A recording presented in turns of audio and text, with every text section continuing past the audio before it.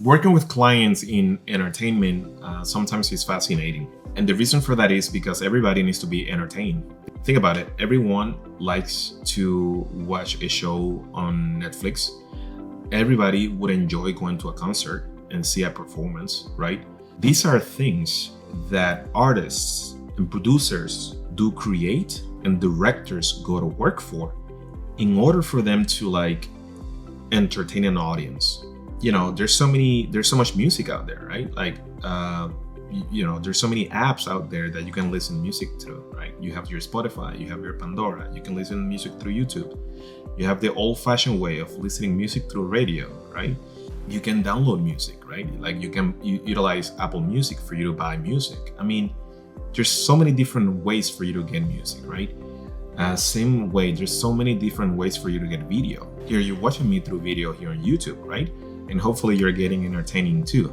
Think about, all the work you as an artist, or you as a producer, you as an actor, or you as a singer, you have to go through in order for you to make sure an audience gets entertained. I personally, and my team, we work with many people in the music industry. We work with actors, producers, directors, singers, production companies, right? We help them with film tax credits here in Georgia, and we have a lot of fun working with them. In today's video, I want to talk to you and explore a way that I can show you, I can tell you, I can share with you what are some of the steps that some of our clients do take in order for them to make more money in the industry. So, number one, if you're an actor, you always have to be auditioning, right? You always want to be prospecting work. Not only that, but you always want to make sure that you are improving your craft. But the way I want you to consider this is because your craft is your own business. So you want to make sure that you're improving your methodology of acting, your method of acting, if you will. And you already know this. The way you can make money as an actor, you can be in movies, you can be on TV shows, you can be on plays, and you can be in other productions. But here's the beauty of this. When you get hired to act, yes, you get a fee for you to be in that specific project. But if your project gets picked up and it's syndicated and it's distributed, either the old-fashioned way or the streaming way, you're gonna get residuals. And these residuals is how you are going to be basically having cash flow in your business. Okay? So you have to be active. You have to be prospecting work. You have to be improving your skills, improving your business. So the odds of you having different roles, right? Being a working actor, in order for you to have different roles and then have that residual income go up, okay? So make sure that you keep active and make sure that you get on roles that you have residual income, either through platforms or through syndicate the old-fashioned way. If you're a singer, make sure that you own your masters, right? Make sure that you own the intellectual property. Make sure that you own the copyright of your music, either your music or your lyrics. And the way you're gonna make money, it's the same way, right? You're gonna be performing on live shows, either at clubs or concerts, right? You can do virtual shows, right? But also your music can be picked up in one of the platforms. So if your music gets picked up in one of the platforms, make sure that you have the right representation legal-wise. Because when you start working with these different technology companies, these platform companies, they know how to maximize the opportunity. And the stories out there that some of these companies basically take advantage of the artists because they don't have the right representation when it becomes about personal finances, business finances, and legal representation. Okay, so your money can come from shows, merchandise, and also it can come from streaming platforms. And in some of my videos that I've shown before, we've seen how much some of these platforms are being picked up by Wall Street, right? How the big money is investing in some of these big music companies. So there's a lot of money in music, okay, to say the least. So make sure that you own your copyright, own the masters of your own music, and then make sure that you have the right representation when it comes to the streaming platforms. If you're a dancer or you put choreographies together, your money is gonna come through performances, right? So you have to stay active. You want to be picked up in shows where you're gonna have a lot of performances, right? But also you can be hired to put together a sequence for a music video, right? Or for a show. Or you can start an academy, right? And you can teach, a few times during the week while you work for a production company, right? So as a dancer, you can have multiple streams of income. You can have your own academy, you can work for a company, you can put sequences together, right? You can teach online, right? You can have courses on and teach people how to dance specific sequences, the people that are interested in. There's a lot of people out there that want to learn how to dance salsa, right? It's very good coffee. If you're a writer, when you write your screenplay, make sure that you can prove that you own the copyright to that screenplay. So recently, we were working with a writer. She wrote a movie that got picked up by a successful actor, and that movie is going to be produced, right? And got paid a lot of money, right?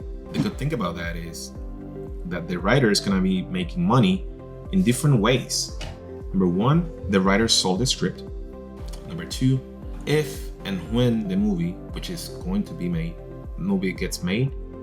And then three, the script is so good that the writer is going to have a percentage of the profits or percentage of the sales, right? So it's a trifecta, meaning if you're a writer and your screenplay gets picked up by a producing company that either is going to be going to theaters or going direct to consumer, or if it's going to be picked up by one of the platforms, as a writer, you have the option to have residual money coming in as well.